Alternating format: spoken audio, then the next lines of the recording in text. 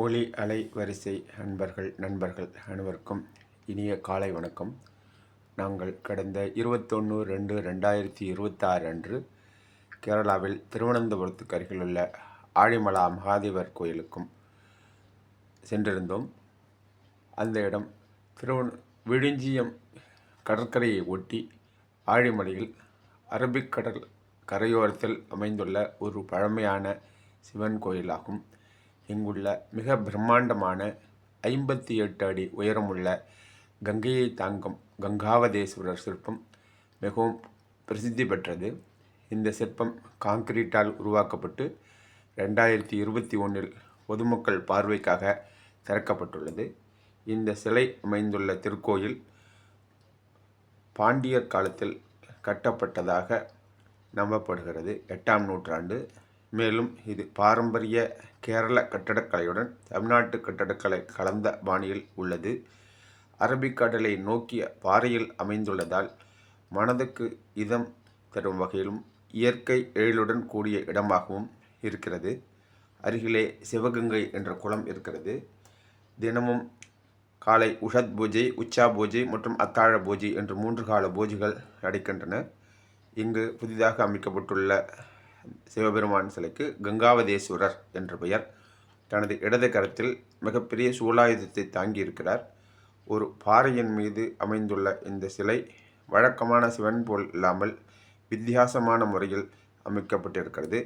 அதாவது சிவன் நம்மை பார்க்காமல் மேலே இருந்து இறங்கும் கங்கையை பார்ப்பது போல அமைந்துள்ளது. ஒரு காலை தரையில் ஊன்றியும் மற்றொரு காலை சம்மணம் போட்ட நிலையிலும் சிவன் வைத்திருக்கிறார். தனது இடது கரத்தில் மிகப்பெரிய சூலாயுதத்தை தாங்கியிருக்கிறார். வலது கரத்தை தனது தொடை மீது வைத்திருக்கிறார். இந்த கோயில் காலை 7 மணி முதல் மாலை 7:30 மணி வரை திறந்திருக்கும்.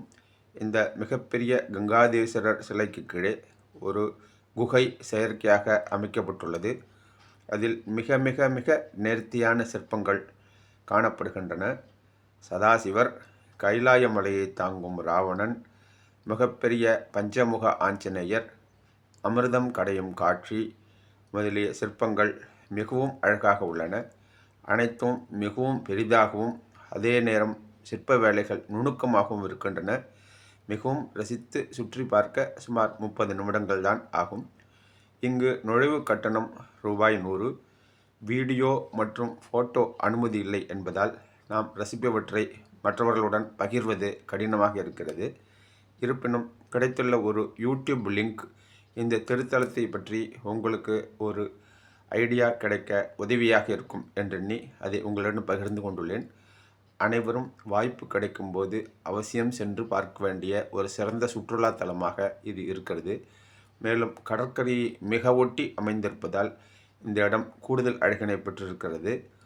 இந்த இடத்துக்கும்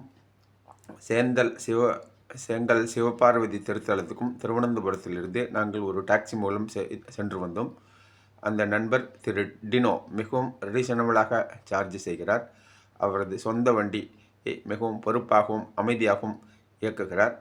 அவரது மொபைல் எண் கீழே கொடுத்துள்ளேன். வேண்டியவர்கள் தேவைப்பட்டால் பயன்படுத்திக் கொள்ளலாம். இந்த சிலை 58 அடி உயரம், 18 மீட்டர் உயரத்தில் அமைக்கப்பட்டுள்ளது. இந்த சிலையை 29 வயதான கலைஞர் PS தேவதத்தன் என்பவர் வடிவமைத்துள்ளார். மிகவும் அருமை அருமை அருமை. வாய்ப்பு கிடைக்கும்போது அனைவரும் சென்றே ஆக வேண்டிய ஒரு இடமாக இந்த இடத்தை குறித்து கொள்ளலாம். நண்பர்கள் அனைவரையும் மீண்டும் ஒரு பதிவில் மறுபடி சந்திப்போம். நன்றி, வணக்கம்.